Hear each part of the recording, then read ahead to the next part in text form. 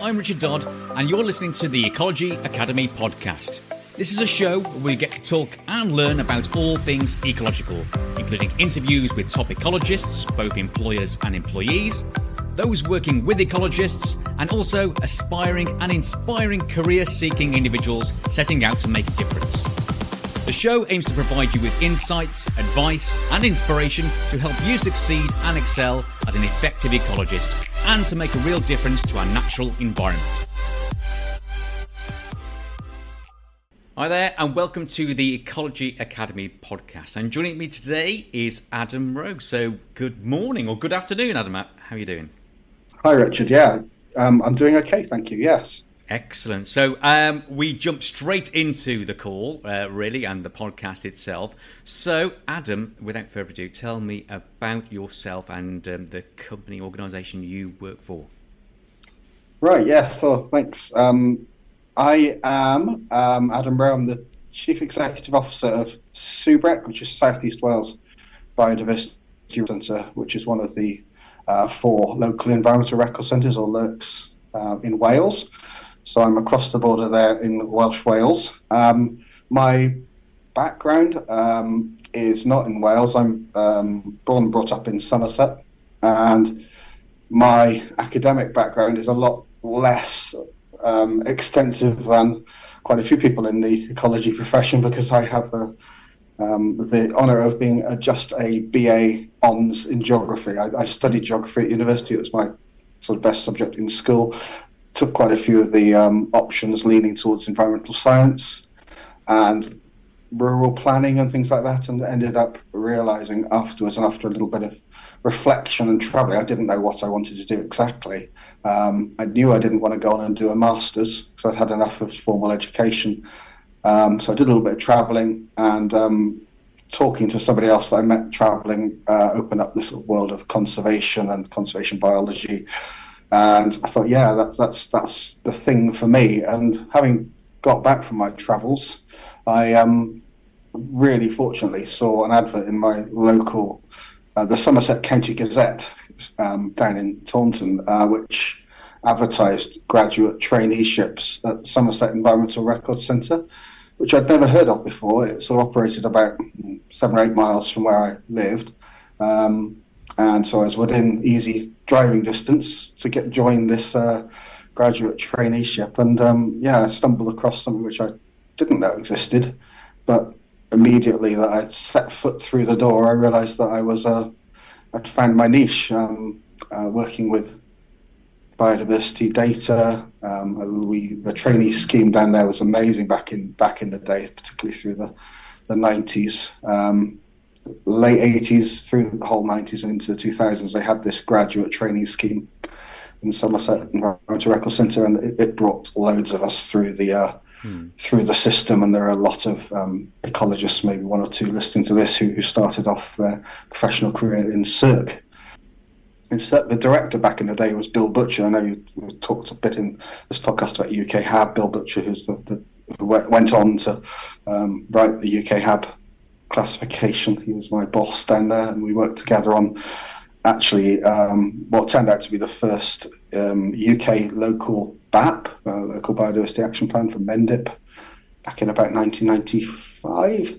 And then I knew I'd found my niche in LERCs, and I went on to work for 4 years in Hampshire in their sort of fledgling what became Hampshire Biodiversity Information Centre. And then in 2000, I saw the sort of dream opportunity to go to Wales and be the manager of the first record centre being set up in Wales, which was the Biodiversity Information Service in Powys, in Brecon Beacons National Park. Mm-hmm. So I was appointed as their first manager in 2000. And I guess Wales hasn't really been able to sort of get rid of me since. I've been here for 25 years.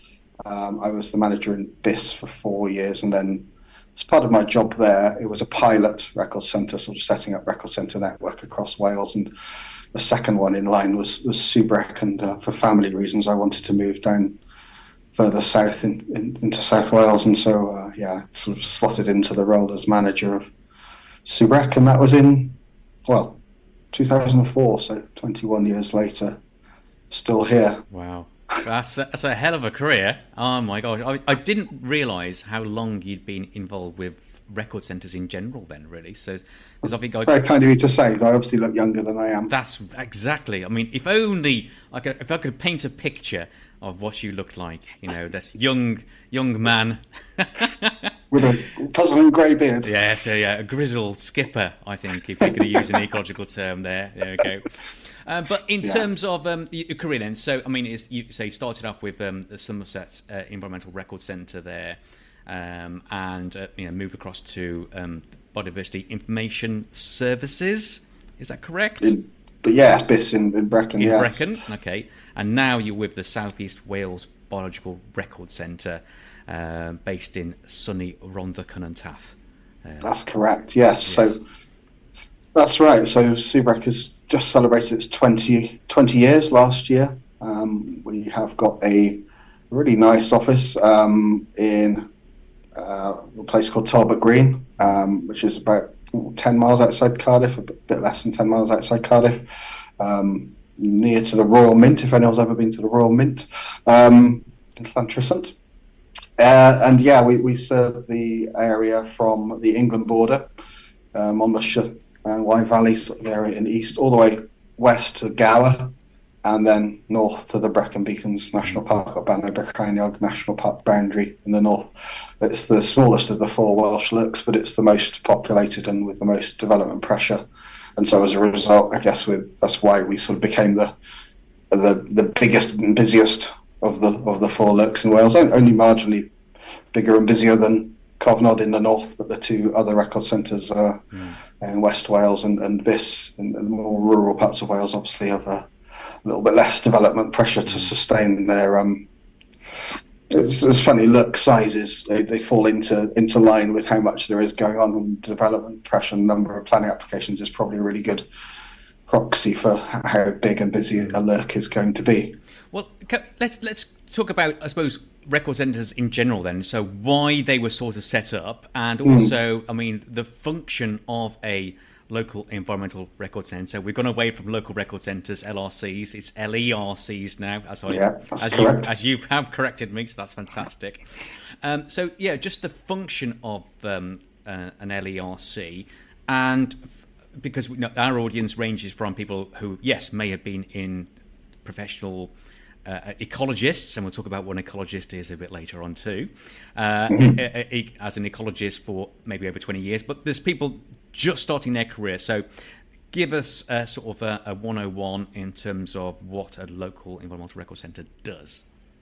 Yeah, before record centres existed, before local environmental record centres existed, data was really sparsely scattered through a range of organisations, and in nearly every case, record centres came about in their local area as a means of organising that local data and putting specialist data managers in place to look after that data. And it was all about creating this one-stop shop for accessing biodiversity information to inform decision making.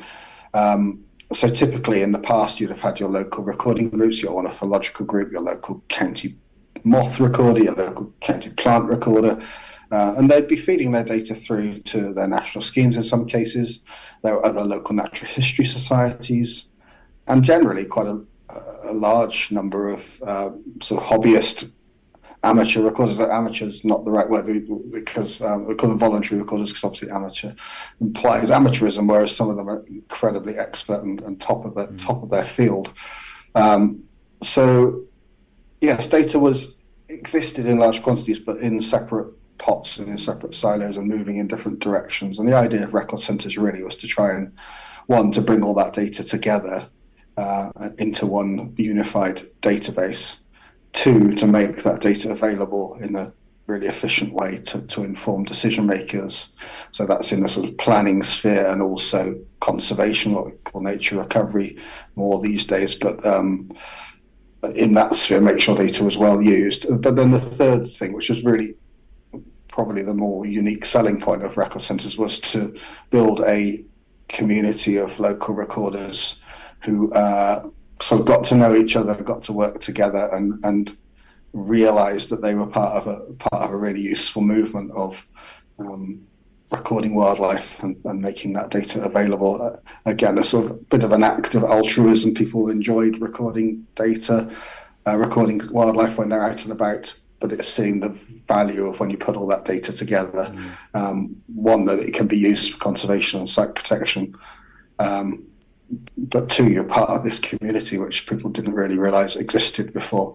And social media and things like that have been an absolute blessing for us to be able to build that virtual community. And then we have our sort of annual conferences where that community gets together. Just a week ago, we had our Glamorgan Gwent Recorders Forum, which is the SEWBReC patch, and 120 people got together for our annual conference, which is our highest number ever.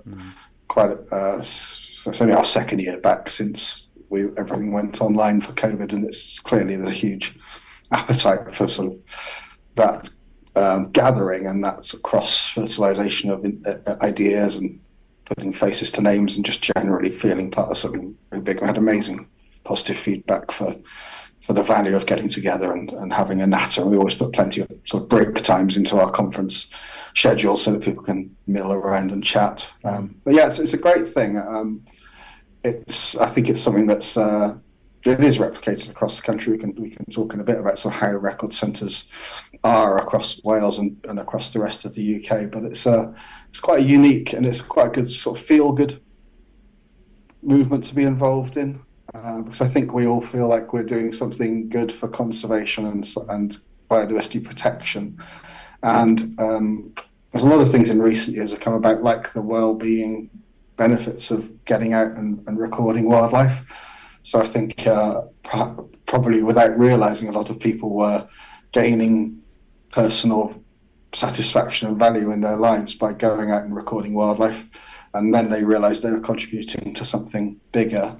But also, I think another thing that we're more aware of now is neurodiversity, and I think in all seriousness, the types of people who love that sort of collecting, identifying, list making,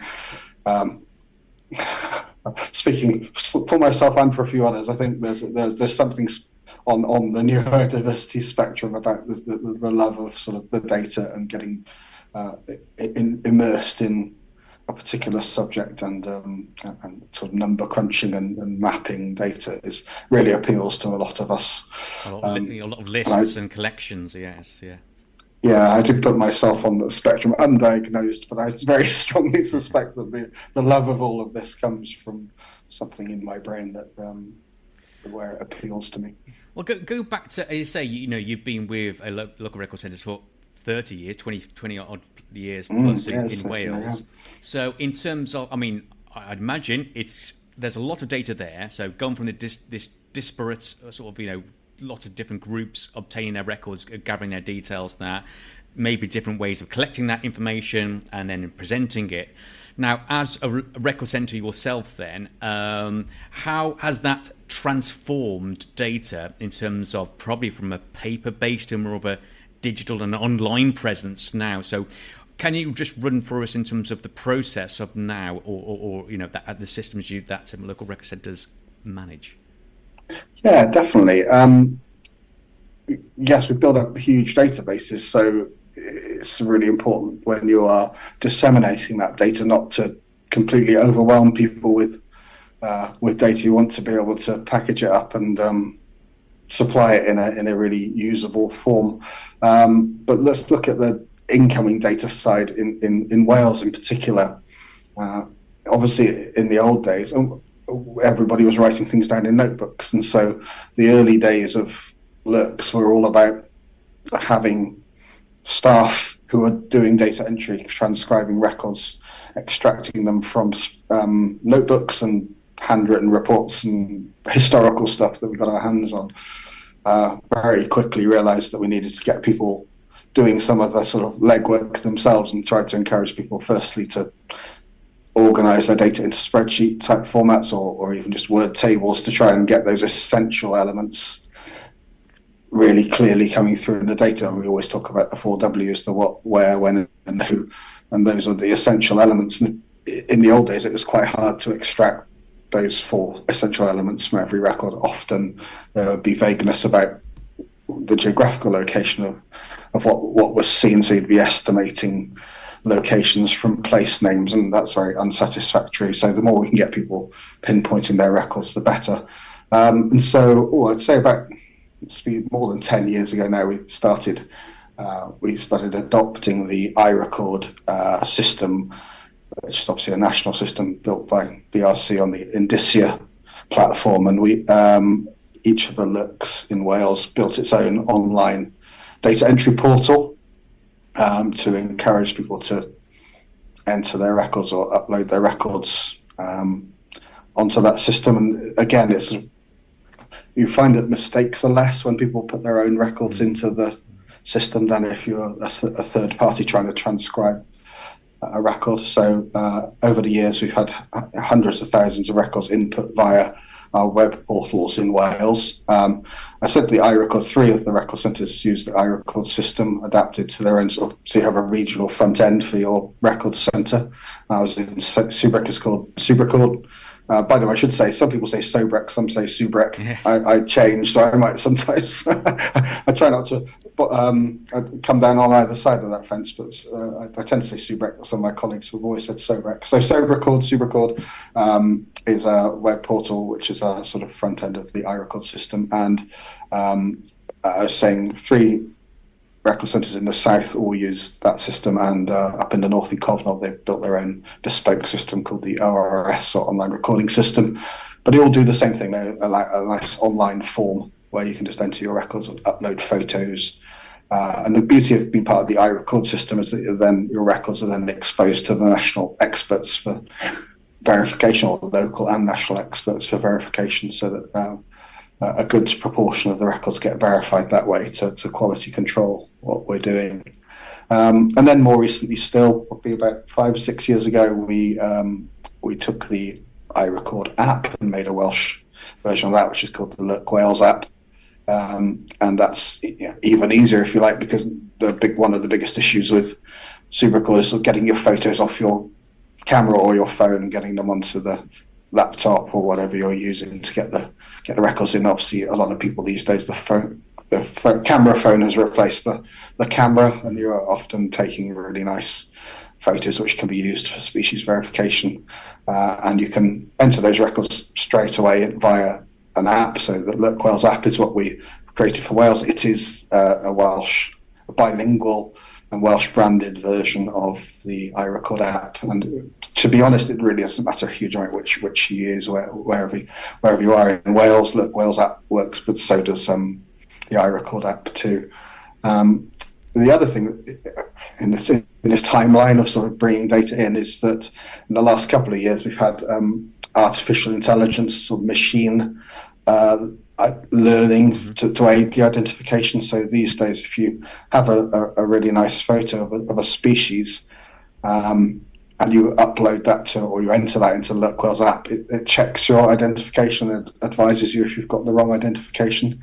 And so you can actually enter, maybe you can enter a name of something you think it is, or to be honest, you can enter a name of anything, and it will correct you to telling you what the species actually is, and it gives you a confidence score based on what the machine learning thinks. We always advise people to double check their workings, to go onto websites and books to get that confirmation before they actually submit the record.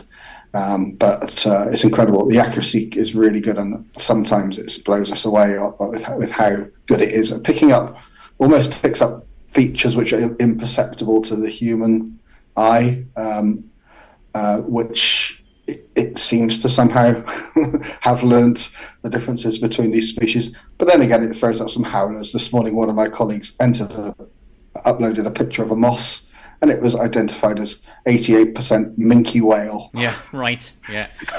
So you always have to check your work. Absolutely. Keep the human in the loop, as we say in the AI world. So, I think it's worth mentioning that I think these AI systems, this machine learning, should we say, as it's come on. It's machine learning's been around for over 20. It's over 20 years, maybe even over 30, 40 years. But yet, for our purposes, I think it's really only come on in the last 10 to 15 years, and we can always complain about something. We can always complain about, it's minke whale and it's a bit of moss. These things are learning all the time, aren't they? So I think they're getting better. They're not. No, we're not perfect, and these systems are not perfect. Would that be a fair assessment, Adam? Yeah. It hugely helps people like me, because I'm actually, despite 30 years working in record centres, I'm not a specialist in any one group. I'm a real generalist, and I like to just record what I see. And so I wouldn't go to a woodland and record 100 species of moss. I would just think one that catches my eye, I'd take a couple of good photos of, and would just be so happy when the app tells me that it's 96% likely to be such and such, and then I'd go on to another website and check it. So it's brilliant for people like me. It's brilliant for beginners, and I think it does have its own problems if people don't do those human checks and do submit nonsense records. But I do think it helps us a lot. Well, going on to a little bit about that then, in terms of I think one of the, I suppose, this is a concern that regarding records coming in, validation of records, that quality control that you mentioned there, that's been a big part of local environmental record centres over the year. Whether it be paper, digital, always that quality control there. In terms of, obviously, as an end user and a user of that data, it's extremely important. So what measures are in place to ensure that we're getting really good data in as well as good data out? Well, I think first and foremost is training. We're not sort of massively public facing in our promotion of the apps. We tend to want to train people to use the apps first and introduce people gently. We don't go to the wider public and say start using the LERCs app. So ideally people will be introduced to it via a training course where they'll be taught these health warnings around the data use to make sure that they are double checking their workings. Inevitably you'll get the odd thing that sneaks through. So we've got multiple lines of defense to make sure that nonsense data doesn't make its way into our systems.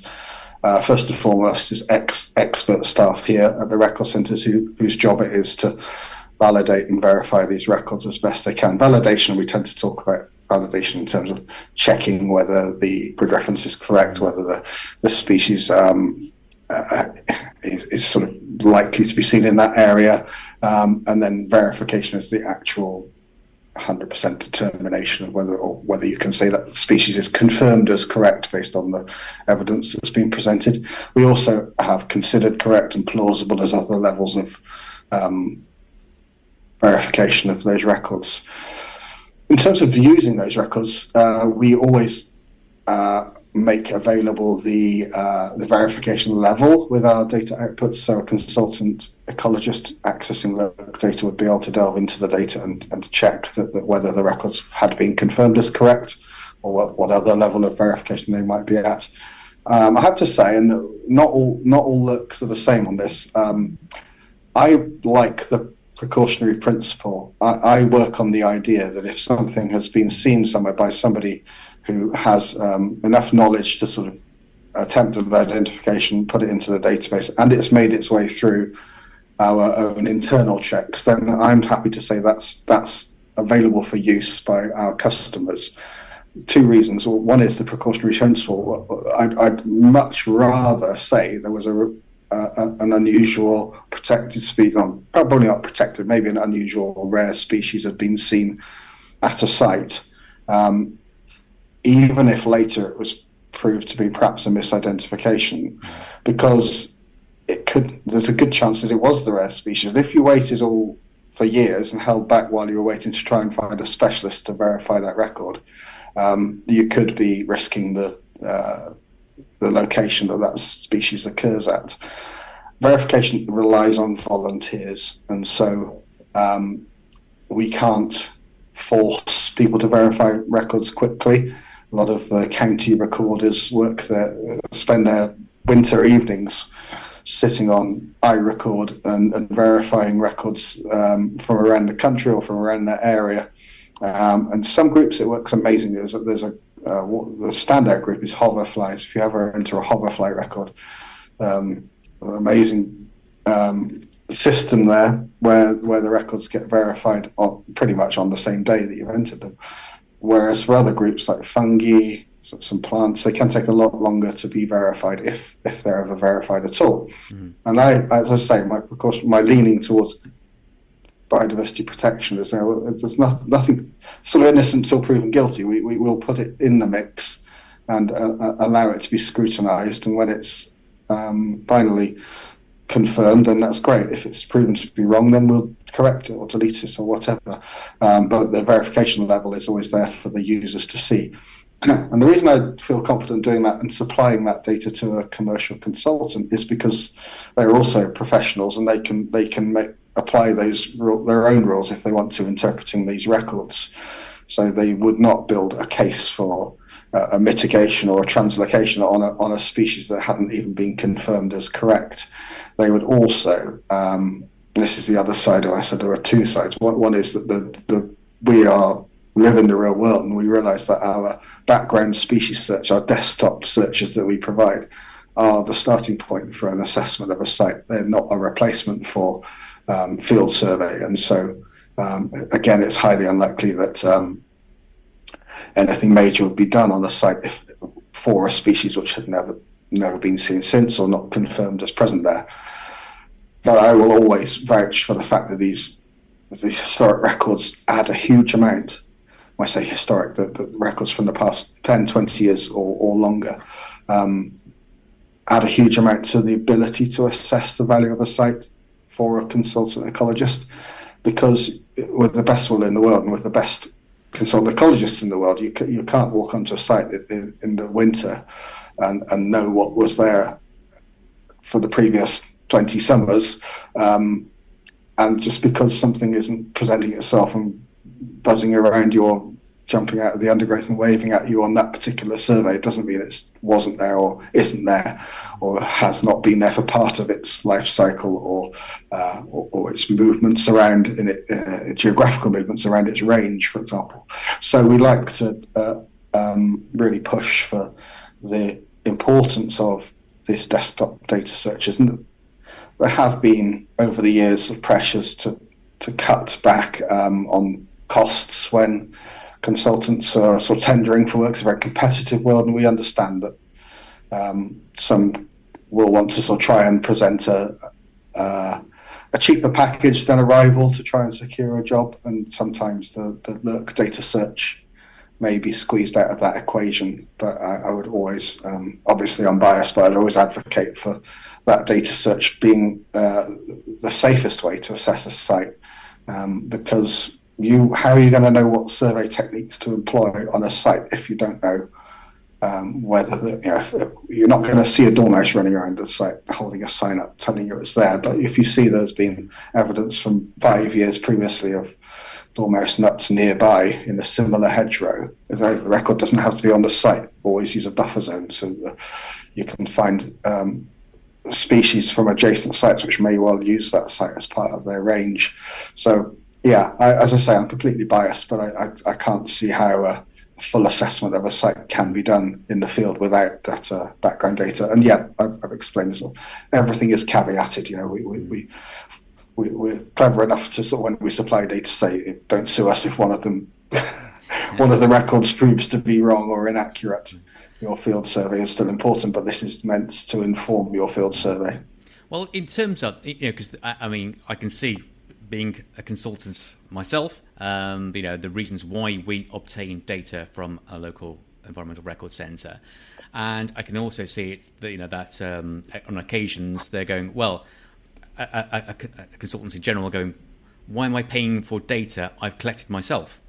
Why am I paying? I've spent hours putting this in to the local record centre, only to have the pleasure for my client to pay for that data coming back. Now, I'm playing devil's advocate, obviously, a little bit here, Adam, but what's a robust a rebuttal against that argument, and perhaps we also talk about those data flow cycles we mentioned. Yeah, I mean, that must be frustrating. There probably have been instances in my 30 years in record centres where the only records for a site that come back to a consultant are ones that they've gathered themselves. But first of all, well done to the consultant for entering their records into the system in some way that they ended up in the record centre, and I'm going to come back to that in just a moment. But the amount of data we've got that we hold within the record centres is increasing massively year on year.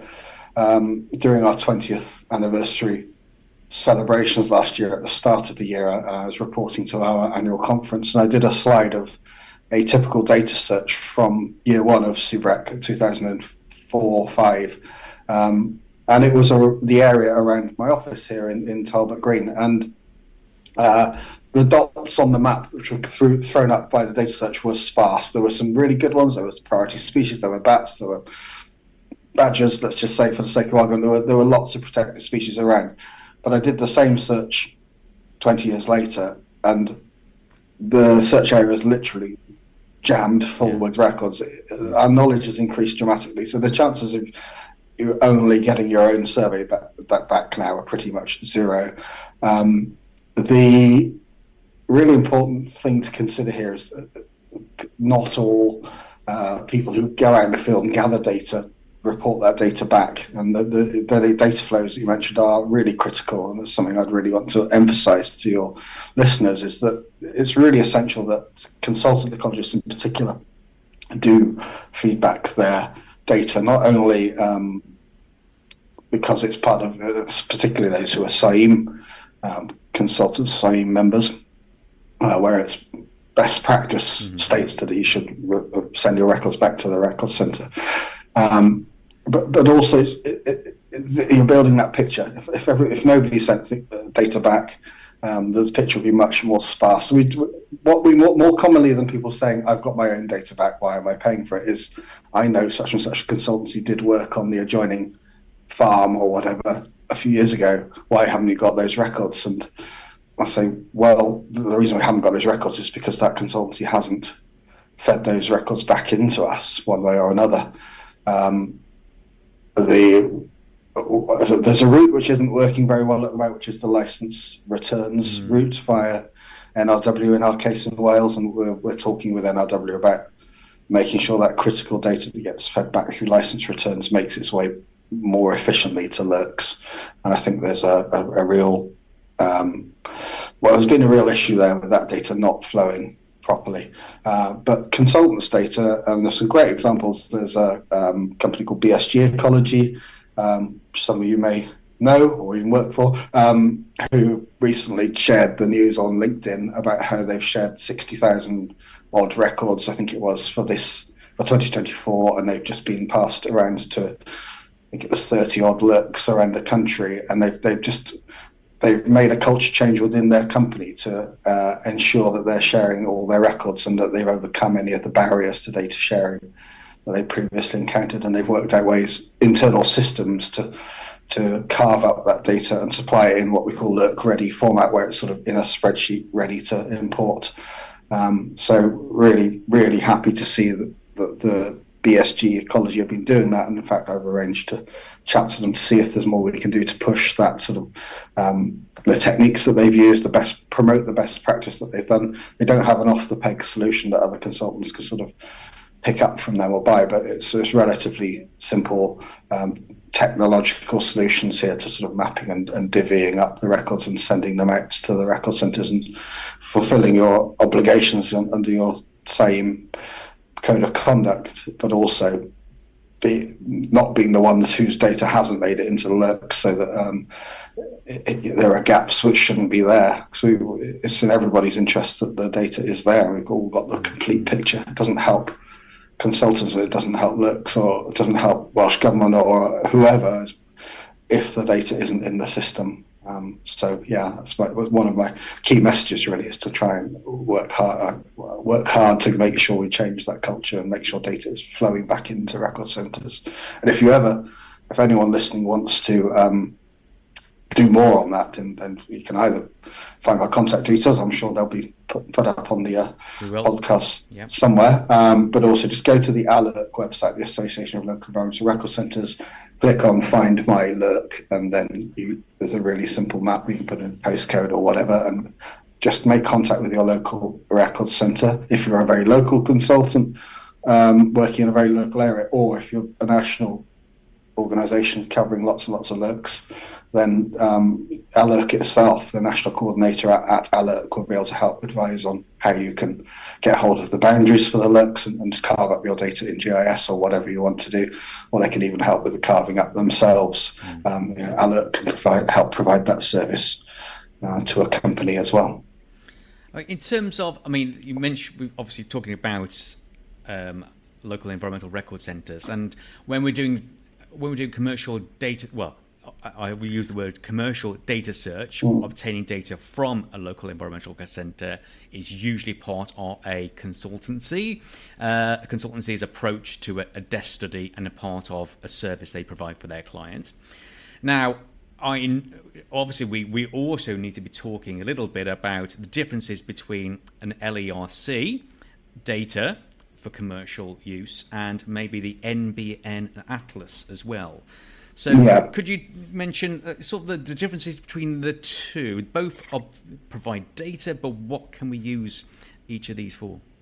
Yeah, that's a really interesting question. So the key difference really is that a lot of data which is available on the NBN Atlas has a license attached to it, which is the CC-BY-NC license, which is non-commercial use only. And so consultant ecologists need to be aware that they are actually prohibited from using that data by the terms of use of the NBN Atlas. So don't do your data searches on the NBN Atlas. Instead, find your local record centre and submit your search there. At the local record centre level, local environmental record centres, we will be able to provide a license for single use for that data set to enable you to see everything, including capture resolution data for protected and priority species. There's no filters necessarily need to be applied to prevent you seeing everything. So the stuff that's publicly available on the Atlas is very often a coarser resolution than what is available from the local record centres. For instance, SEWBReC's one of the biggest data suppliers to the NBN Atlas. We're in the top 10 of data suppliers to the NBN Atlas, but we only supply coarse resolution data. We hold back the capture resolution data ourselves to prevent its misuse for free via the NBN Atlas platform, and to encourage people to come to us for those paid-for data searches. There are various reasons for doing that, but we do want to participate with the NBN Atlas. We've always been sort of stakeholders and members of the NBN network, but we obviously don't want to shoot ourselves in the foot by giving away the data for nothing through a platform where we know the data is not as complete as our records as well. On the flip side, we've always shared our data, because what we don't want is somebody doing a national data search and finding a hole in the data where SEWBReC is. We want to show up that there's a lot of data in SEWBReC, and it acts then as a sort of shop window and encourages people to click through and submit their data searches, actual data searches via SEWBReC. So you'll see the terms of use of the NBN Atlas if you study them. You're even prevented from viewing and downloading the NBN Atlas, the non-commercial data on the NBN Atlas. So it's really quite restrictive what you can do with it, and that's because the NBN Trust understands the sort of synergy between and how it's a symbiotic relationship with the local record centres and the other data providers, and that those data providers still need to exist to be able to draw that data up to the national picture and then further on up to the global pictures, but that we need to sustain our own businesses, and that hopefully over the years we prove that it's we're all run as not-for-profit companies. Nobody's making any money out of of running environmental record centres. We're all either charities or not-for-profits or hosted by charities. And so, we're just literally recovering our costs from running those data searches, but it does sustain the mechanism for drawing this data in. So if LERCs couldn't achieve an income, we wouldn't have the staff on bums on seats, to put it crudely, sitting in the record centres doing all the good work that we do to create this recording community and facilitate all the sharing of all of this lovely data. I remember back in the day when it was sort of I suppose it was the criticisms that you faced, Adam, and well, not you just personally, but SEWBReC and other record centres were saying about the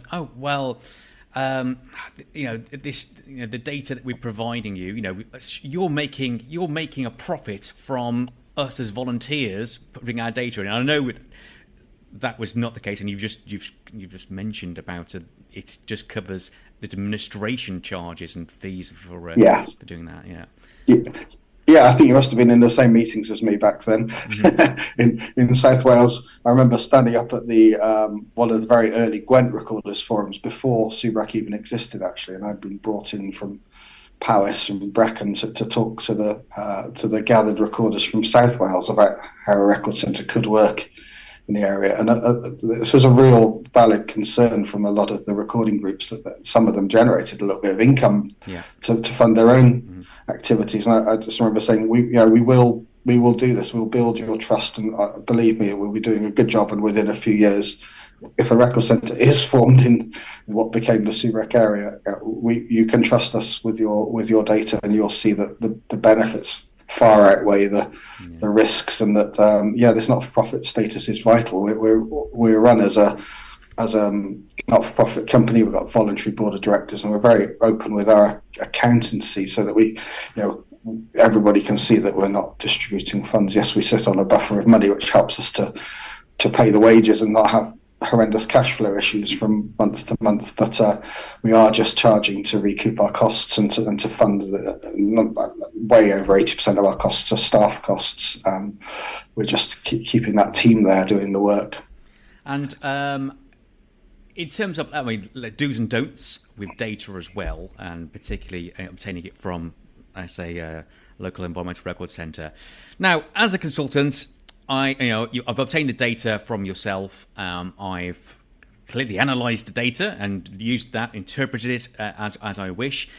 Now, or actually, I haven't done that at all. I'm just going to put it into an appendix, just copy and paste it, digital copies as an appendix to prove I've done a local record centre search. Is that the right thing to do? No, you need to do interpretation. The terms and conditions when we release the full view of the data to you as a customer would say that you mustn't publish the raw data. So no, we have had this in the past. The worst case scenario obviously is if you do publish the data reports that you've obtained from the record centre as an appendix to your report, it then ends up on a planning portal, ends up in the public domain, and that's breaks not just our terms of use, but also the terms of the agreements that we have with our data providers to say that we won't be making data publicly available. Most of our data providers now, after all these years of trust building, realise that it's hugely beneficial to keep those data in the record centres and to make the record centres the only place that you can legitimately get hold of those records. And so that's the route. And by all means interpret the data. Say we had 50 records of protected species within the search area and the buffer, and they included such and such species. Most recent record was in 2021 or whatever, but don't append the raw data. No, I think it's a bugbear of mine as well. That's I've obviously we review other people's reports just to see what other people are doing, and we do occasionally. I'm glad to say it's fewer now, but occasionally still see just scanned images of data coming in. So anyway, sorry, that was just a little personal one of mine. I just thought about that one. You mentioned very kindly about all the the different sort of the copyright issues in terms of that. So I don't think I don't know if you can answer this question, but in terms of the copyright, okay, I've submitted my data to you, but my client has technically paid for me to undertake a service. Who does that data or that intellectual property pertain to? And let's see. It's very complicated. I can tell it's complicated by the way you're asking the question. I don't actually have a straight answer for that. My understanding is that the intellectual property for the record resides with the recorder, but that the person who paid for it could well claim ownership over that record as well. I think copyright is a whole separate issue. I'm not entirely sure copyright applies. It's around intellectual property, but the way around this is for consultants who are interested in sharing data to not use this as a reason not to share data. There are plenty of examples of good practice where consultancies in their tender documents make it very clear that any records gained through the carrying out of that particular contract will be shared with their local environmental records centre. And if you want to have sort of example clauses for that, I can supply them further down the line to people. It does away with that sort of where the client says, well, clients maybe have sort of sour grapes. They've been made to go jump through lots of hoops to try and get their development over the line, and they resent having to pay several £100s for a consultant to come in, or even more, to come in and do their surveys and get them through, get their planning permission over the line. So I suspect quite a few clients in that case would probably think, well, it's my ball. I'm taking it home now. I've paid the money for this, and it's mine. And perhaps even object to it being made public on a planning portal. But if you make it really clear up front that it's your professional best practice to share that data with record centres, and that's what you will be doing, I'd be very surprised if any clients actually can sort of fight that and push back against that. So that's something we need to get in place across the board, because traditionally that's always been, there've been two main barriers to consultants sharing data. One is that ownership issue, and the other is the cost of the time it takes them to turn their own records into a format that can be supplied to a record centre. And so I'd like the culture change on that as well, so that consultancies do just allow the extra hour or whatever of staff time to tweak the records, or better still, to develop a system where they're capturing records in using a software where you can very easily just press a button and you've got a spreadsheet which is LERC ready, and can be sent off straight away, or put into the big master spreadsheet and then shared out at the end of the season. So yeah, there's loads of ways around that, but the easiest is if the consultant takes the initiative to say, we're going to do what's considered best practice and pass this data to the record centres. Yeah, I mean, it is. It's one of those parts like that, having the time to think about your systems, the processes, the way you obtain data, the way you analyse data, and then the way you present, obviously presenting it in the correct formats. And then it's the final stage. Then it's that last little hurdle that of actually then getting that data to a local environmental record centre once you completed your field survey as well. And I think it's going to get a lot easier, particularly with both AI and automation within sort of the processes and systems we have in-house, and other consultancies will clearly have their own systems and processes. I think it's just having that little bit of an extra stage to start off with, and I think once that thought process is, you've involved people right from the very start, people collecting the data, how they send it to a record centre, I think it can only get a lot easier. I think once you've got the process, it's just replication then. Yeah, and it would be a level play if everyone was doing the same thing and was adding in that hour or so of data processing time, then it would be a level playing field. And so I think consultancies who want to do a good job should be building that little bit of time into their tender, and making it the default that they do share that data. So I think that's where we've been trying to get to for my entire time working in LERCs, and it hasn't happened across the board yet. Nice. So we, at our latest conference, our annual conference, I showed a slide of our top sort of 50 data providers, and there was only one consultancy in our top 50 data providers in the SEWBReC area. That was BSG Ecology. Hopefully, I'm sure they'll be grateful to get the airtime that they're getting. But it's nice to see one, because I don't think we'd had one before they started popping up. And yes, the threshold for sort of being in our top 50 was, I think, 550 records. So you'd have had to have done quite a bit of survey in our area to make that top 50. And there will be lots of consultancies who have shared their data with us but haven't made that sort of top 50 cut. But we're very grateful for every single one of them. But even if you've only done one survey and have 3 or 4 records for a LERC area, they're still very valuable for that particular site. Great. Now, Adam, you've been very generous with your time, and I think maybe we can summarise a little bit in terms of a little bit of an elevator pitch, a bit of a pitch for why, as you say, about there's only one. There are few consultancies providing their data to local record centres. I'm sure there'd be some people going screaming out, but yeah, I send mine in. Why? But yeah, okay. So why should anyone, not just an ecological consultants, but anyone, send data in to a local environmental record centre, and how can we do it?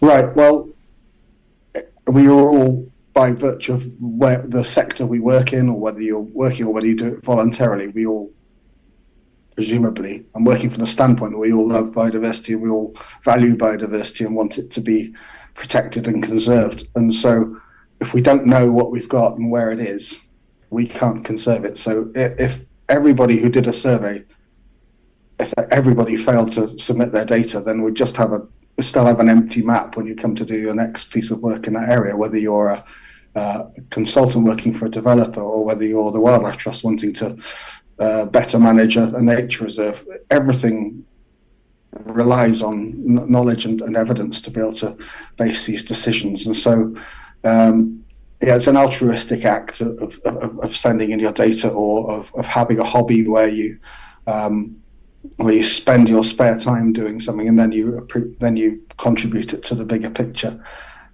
If we weren't doing that, then we take up train spotting or something instead. Take up something which doesn't feed anything useful into society and into the environment. We all love biodiversity. I think that's the thing we need to remember across the whole environment sector. We're all on the same side. There's no such thing as sort of the dark side or the good people or whatever. We're all out to protect and conserve biodiversity, whether you're working for a client who wants to build a retail park, or whether you're a Wildlife Trust conservation officer or a local nature partnership coordinator. We're all absolutely on the same side. So without evidence, you can't protect anything. Yeah, I mean, it is about that decision-making process, isn't it? That we need to be better informed. If as an analogy, if you are researching, for instance, I don't know, a latest gadget, I don't know, a laptop, shall we say? You go on the reviews, and if there's no reviews there, you're probably less likely to maybe even purchase that laptop.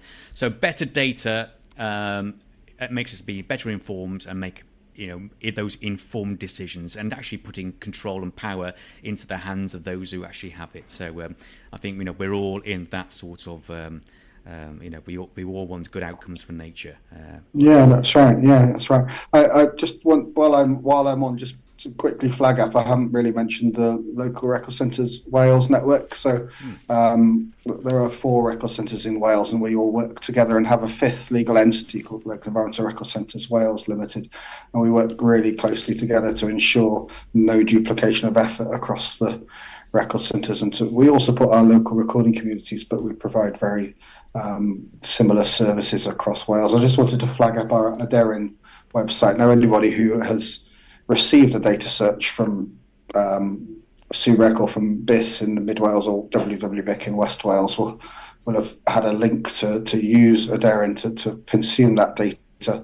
It's a really nice website, but there's also it serves all of our functions for disseminating data, but it also has a public-facing, free-to-use page which only contains non-commercial data. So just you can, if you want to sort of scope an area, whether it's for a project or for wherever you live, you can visit the What's in My Area part of the Aderyn website. So it's aderyn.lercwales.org.uk. So Aderyn is ADERYN.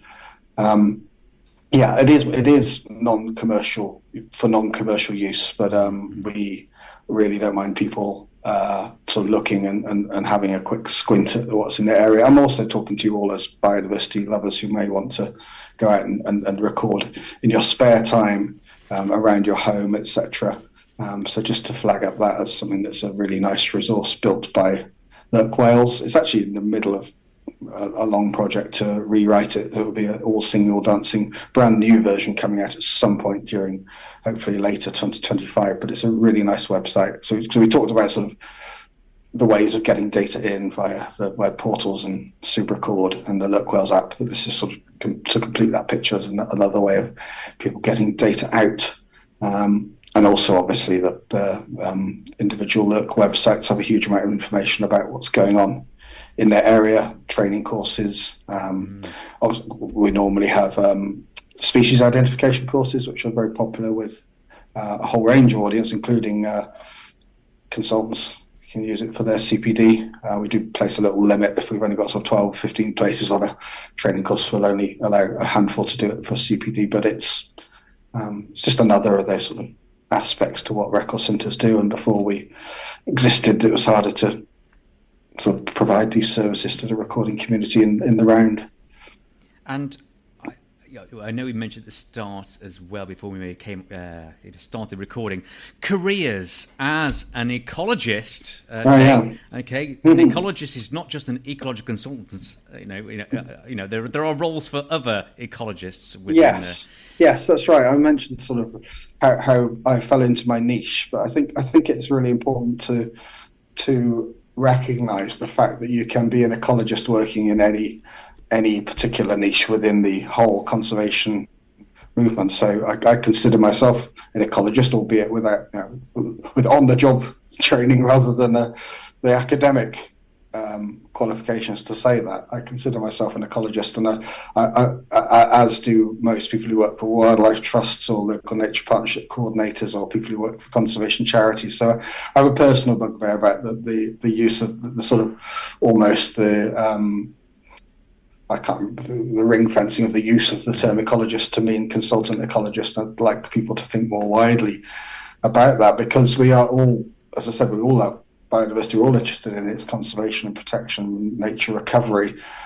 So for anyone who's listening, sort of early career ecologist, I believe a lot of university courses will sort of teach the students that the way into an ecology career is via consultant ecology and doing bat surveys and all that sort of stuff. But I just wanted to flag up that you may find that your local record centre provides you with a different route to sort of fulfil that your wish to join the ecology profession and the conservation profession. And we are very much sort of backroom guys. We don't. It's very rare that we get any sort of public exposure at all for what we do. But we feel like we